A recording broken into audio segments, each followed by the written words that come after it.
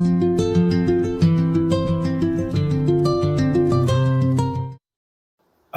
तो अभी हम बात करेंगे एक अलग इशू के ऊपर। तो क्या होता है, अभी एक एग्जांपल ही लेके चलते हैं। कभी कुछ सिचुएशन होती है लाइफ में, अब मान लो आप वेट कर रहे हो बहुत देर से, आपके फ्रेंड की वेट करने के लिए, कॉफ़ी के लिए आना था। She arrives, she is half an hour late. तो तुम ये सोचते हो कि अब कहूँगा तो बुरा मान जाएगी, नहीं कहूँगा तो अपने अंदर कुछ रख लूँगा। तो ऐसे बहुत सिचुएशंस होती हैं, हम चीज़ें ना अपने अंदर रख लेते हैं। ठीक है, कहीं कुछ कहना चाहते हैं, नहीं कह पाते हैं सोसाइटी में कई जगह पे। और हो सकता है हम में से कुछ लोग इसको ऐसे एक्सपीरियंस करें कि हम लोग मान लो कभी बैठे हैं, आराम से कहीं बैठना चाहते हैं ध्यान में, और बहुत तेज दिमाग चल रहा है, लाइक समझ ही नहीं आ रहा, लाइक दिमाग पे थॉट्स के बाद थॉट्स के बाद थॉट्स। स्पेशली पीपल जैसे जो लाइफ में सक्सेसफुल हो जाते हैं, बिजनेस में, ऑफिस में, तो जो मेथड्स उनको सक्सेसफुल होने में हेल्पफुल करते हैं, जब चुप करके बैठने की कोशिश करो तो वो दिमाग इतना तेज चलता है कि थोड़ी देर के लिए भी बैठने ही नहीं देता। और या कईयों को जैसे रात को दिमाग बहुत एक्टिव है, नींद आने में मुश्किल हो रही है, तो थिंग्स लाइक दैट। तो इसके लिए एक चीज़ जो मेरे को लाइफ में बहुत हेल्प करी है, और आई होप मतलब आपको भी करे, वो एक बहुत सुंदर मेडिटेटिव थेरेपी है, उसका नाम है Osho no no mind. Mind. तो हम आज इसके बारे में बात करने वाले हैं। तो सिंधु से पूछते हैं कि ये क्या है सिंधु, ओशो नो माइंड, और कैसे हमें हेल्प कर सकता है। आपका तो फेवरेट प्रोसेस है। यस, मेरा तो है, लेकिन अब एक्सप्लेन आप करो। तो ये भी एक ओशो की मेडिटेटिव थेरेपी है। हमने पिछले पॉडकास्ट में मेडिटेटिव थेरेपी क्या है उसके बारे में बात की है। और सबसे पहली मेडिटेटिव थेरेपी जो ओशो ने बनाई है, 7 दिन का प्रोसेस है, 2 घंटे रोज। तो पहला घंटा हम जिब्रिश करते हैं। जिब्रिश मतलब उस भाषा में बात करना जो कि आप नहीं जानते हैं, तो अनर्गल बोलना। और फिर दूसरा घंटा मौन का है। तो जिब्रिश, जैसे ओशो ने कहा कि एक सूफी संत हुए थे जब बाहर, वहां से जिब्रिश शब्द आया है। और उन संत के पास जब भी लोग जाते थे, बोलते थे कि मास्टर हमें ज्ञान दीजिए, तो वो जिब्रिश में बात करना शुरू कर देते थे, या फिर वो मौन रहते थे। और ओशो ने कहा कि बहुत लोग उनके सानिध्य में बुद्धत्व को प्राप्त हुए हैं, उनकी प्रेजेंस में, सिर्फ जिब्रिश के द्वारा। तो ये एक इतना अच्छा टूल है, एक वैज्ञानिक टूल है अपने मन को साफ करने का। 1 मिनट में आप कहें तो पता नहीं एक दिन में, 1 मिनट में कितने विचार चलते हैं। अमूमन शायद 60,000 एक व्यक्ति विचार आते हैं उसके दिमाग में एक दिन में।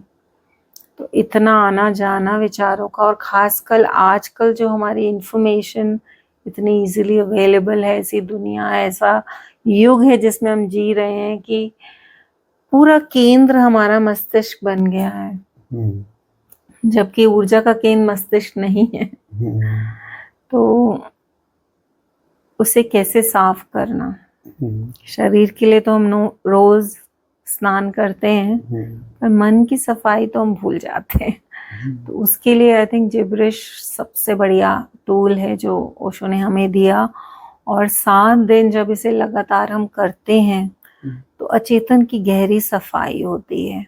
बरसों के दबे हुए विचार, भाव सब निकल आते हैं, और फिर ध्यान आसान हो जाता है।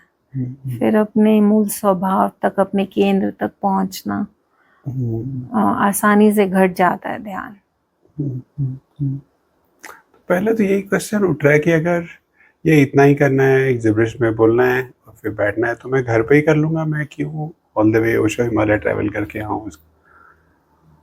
देखिए, खुद करना और एक ग्रुप में करने में काफ़ी फ़र्क है। एक जो ग्रुप की एनर्जी है, एक हम एनर्जी फील्ड क्रिएट होती है, या एक बुद्ध क्षेत्र, और उसमें जितना आप गहराई पे जा पाएंगे, जब कमरे में 20-25 लोग जिब्रिश कर रहे हैं, तो ओशो तो कई बार मजाक में और कहते भी हैं कि डिफीट एवरीवन।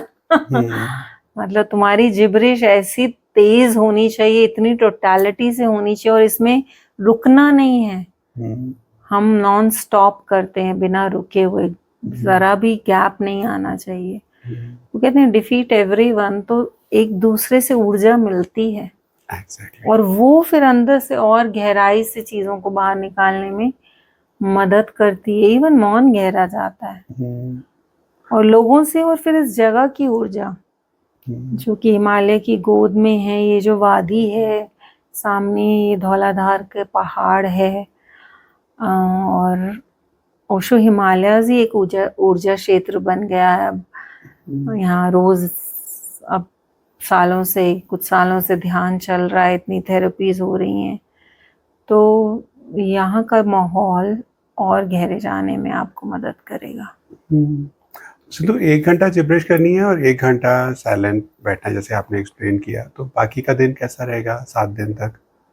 बाकी का दिन हम शुरू करेंगे सुबह ओशो डायनामिक मेडिटेशन से, फिर हम 10 बजे के आसपास 2-2.25 घंटे हमारे नो माइंड में जाएंगे, फिर लंच के बाद हिंदी में प्रवचन, अभी मैं आ रही थी तो चल रहा है मेडिटेशन हॉल में। और फिर कभी कभी हमने पिछला अभी नो माइंड गया अगस्त में, तो हमने 3 से 4 लोग बहुत ज़्यादा तत्पर थे कि और ओशो के अलग अलग ध्यान विधियाँ सिखाओ, तो हम वो शेयर करते हैं। हर 7 दिन में 7 नई ध्यान आप सीखते हैं। और फिर शाम को कुंडलिनी 4:30 बजे और 6:30 बजे 6:40 पे ओशो इवनिंग मीटिंग। तो फुल ऑन रहता है, फुल डे। और कभी कभी बीच में हम नाइट इवेंट्स भी करते हैं, जोरबा सेलिब्रेशंस भी होती हैं। तो इसमें और भी आपके कुछ सुझाव हैं इसके लिए, किसके लिए ठीक रहेगा? कोई बिगनर है उसके लिए ठीक रहेगा, या पहले कुछ और ध्यान किए होने चाहिए? देखिए, अगर ओशो के आपने सक्रिय ध्यान पहले किए हुए हैं या 3 दिवसीय कैंप किए हुए हैं ओशो के, तो डेफिनेटली आपको मदद मिलेगी और गहरे जाने में, क्योंकि कहीं आपका चेतन ऑलरेडी खुला हुआ है ना, वो जान रहा है एक्टिव मेडिटेशंस के द्वारा। पर ऐसा ज़रूरी नहीं है, अभी कई लोग सीधे इसमें उतरते हैं और उतर जाते हैं। ये आपके ऊपर है, आप कितने कमिटेड हैं, आप कितने सिंसियर हैं, आप कितना चाहते हैं अपनी लाइफ को बदलना और ट्रांसफॉर्म करना। तो पिछले नो माइंड में ही हमने देखा कि कुछ लोग पहली बार आए पर पूरा मजा, इसका पूरा फायदा लेके गए, एकदम गहरे उतर के गए, क्योंकि उन्हें था कि अब डू और डाई की उनकी लाइफ में सिचुएशन थी कि उनको वो चेंज करनी थी। अपना भीतरी वातावरण जिसमें वो जी रहे थे, वो चाह रहे थे कि नहीं, इसे हमें बदलना है, जो स्टेट में हम रह रहे हैं। और वो उनके साथ घटित हुआ। लोग हल्के होके जाते हैं, लोग ज्यादा एनर्जी फील करते हैं, ज्यादा अलाइव फील करते हैं, ज्यादा फ्री फील करते हैं, जो एक फ्रीडम का एहसास होता है नो माइंड के बाहर, जैसे हल्के हो गए, फ्री हो गए आप, तो उसका मजा ही। 1 हफ्ता नो माइंड करेंगे तो उसके बाद फिर पूरे सब थॉट्स वगैरह गुम हो जाते हैं, कैसे होता है? देखिए, जन्मों का जो हमने अचेतन बेहोशी में जीवन जिए हैं, तो 1 हफ्ता तो बहुत कम है उसके लिए। एक जन्म में भी सब कुछ हो जाए, ओशो कहते हैं, वो भी तुमने बहुत बड़ा अचीव कर लिया। पर डेफिनेटली जरूरी कुछ आप हल्के तो हो ही जाओगे। 1 परत 2 परतें, मुझे नहीं पता कितनी आपकी तीव्रता होगी, पर आप वो निकाल देंगे। और मैंने देखा है कि वो ध्यान का आपको ना नैक आ जाएगा। तो जैसे हम वॉचिंग, जैसे हम दृष्टा, जैसे हम साक्षी भाव कहते हैं, वो आपको आ जाएगा। तो वो एक कैसे दूरी बनानी है विचार से, क्योंकि विचार हो सकता है चलें पीछे और लाइफ में कुछ सिचुएशंस हैं जो उन्हें बढ़ा दें, पर आप उसमें फंसेंगे नहीं। और फंस भी गए तो आपको उसमें से निकलने का एक नैक आ जाएगा कि अरे यार, कैसे मैं अपने में कम बैक करूं, कैसे मैं अपने साथ हूं। कि जो विचार आ रहा है, जैसे ट्रैफिक चल रहा है सड़क पे, वो आ रहा है जा रहा है और मैं दूर खड़ा होके इसको देख रही हूँ। बादल आसमान में जा रहे हैं, लेकिन मेरा जो आकाश है, जो बिना बादलों का जो क्लियर स्काई है उसमें मुझे आना आता है और मैं आ सकती हूँ। तो इस तरह के टूल्स भी आपको दिए जाएंगे कि कैसे आप वॉच करें। तो आप कुछ और भी टूल्स देंगे ताकि मैं बाद में कोर्स खत्म होने के बाद में भी कंटिन्यू कर सकूं? बिल्कुल, आप 7 दिन जब यहाँ रहेंगे तो ध्यान घटित होगा और थोड़ी बेसिक क्या कीज हैं टू मेडिटेशन वो हम बताते हैं। कोई ना कोई मैं एक्टिव मेडिटेशन पैसिव मेडिटेशन जरूर कराती हूँ गाइडेड, जिसमें लोग उनको ज्यादा पकड़ में आता है कि अरे पहले शरीर को रिलैक्स करना है, फिर श्वास को, फिर मन को, तो कैसे दूरी बनानी है और कैसे उस रिश्ता तक पहुंचना है और उसके साथ रिपीटेडली उसके टच में रहना है ताकि वो धीरे धीरे करके और सघन हो। 7 दिन जरूरी है करना, क्योंकि पहले दिन तो अचेतन को पता ही नहीं होता कि क्या आ रहा है। दूसरे दिन कभी वो रेजिस्ट भी करता है, उसकी रेजिस्टेंस, फिर वो तीसरे दिन जाके खुलता है, मुझे लगता है आप समझ में आ रहा है। ऐसे करते करते चौथा 5वां दिन सच में समझ में आने लग जाता है क्या हो रहा है, खुलता है और फिर नई चीजें मदद करता है निकालने की। और कितने ट्रॉमास, कितनी वूंड्स हमने बचपन की, चाइल्डहुड की, लाइफ्स की। मेरा पहला नो माइंड में मेरी जिंदगी तो बहुत अच्छी थी, पर पता ही नहीं था कि मैंने इतना दबा रखा है। और मुझे अभी तक याद है कि जो इस जन्म की चीजें नहीं थी, मुझे वो दृश्य दिख रहे थे, वो सब निकल रहा था मेरे अंदर से। और उसके बाद जो साइलेंस और जो मैं अमन की स्थिति में थी, उस समय हम वर्क एज मेडिटेशन किया करते थे, तो मैं खिड़कियां साफ कर रही हूँ और अलग ही वो स्पेस थी। पहली बार मुझे वो अनुभव हुआ, काफी देर तक मैं उस नो माइंड में रह सकती हूँ और जैसे सब कुछ थम सा गया हो, सब कुछ स्लो हो गया था।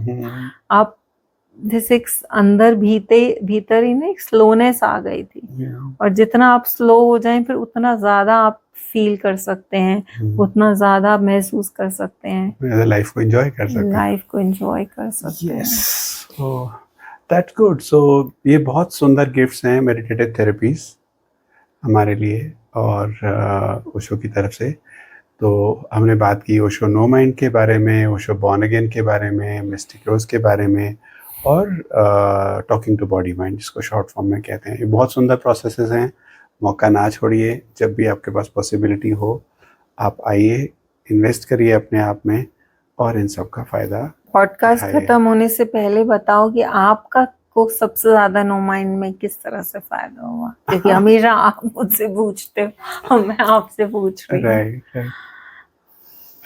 आई थिंक मेरे से ज्यादा आप बताओ कि आपको मेरे में क्या फर्क दिखाई दे रहा है। आप बताओ। आई थिंक रिलैक्सेशन ज्यादा आती है और मन की पकड़ से आप थोड़ा दूर हो जाते हैं, है ना। बाकी एक स्पॉन्टेनिटी आती है, तो मैं अपने लिए भी कह रही हूँ कि एक स्पॉन्टेनियस डिसीजंस आते हैं। वो जो हम डिसीजंस लाइफ के लेते हैं वो कहीं और से ही आ रहे हैं, वो मन से नहीं आते। क्लैरिटी कितनी आ जाती है कि क्या करना है, वो स्पष्टता। बाकी तो आप एक्शन लेने में एकदम फर्स्ट हो तो उतना आप समय नहीं लगाते हो चीजों में, बट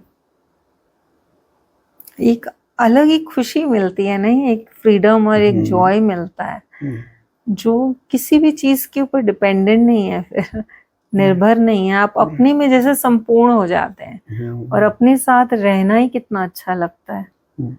वर्तमान में ज्यादा जीते हैं आप, भविष्य और अतीत की पकड़ जो है एकदम ढीली हो जाती है और छूट जाती है।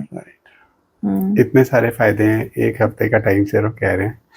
आ जाओ, एंजॉय करो। थैंक यू वेरी मच, धन्यवाद।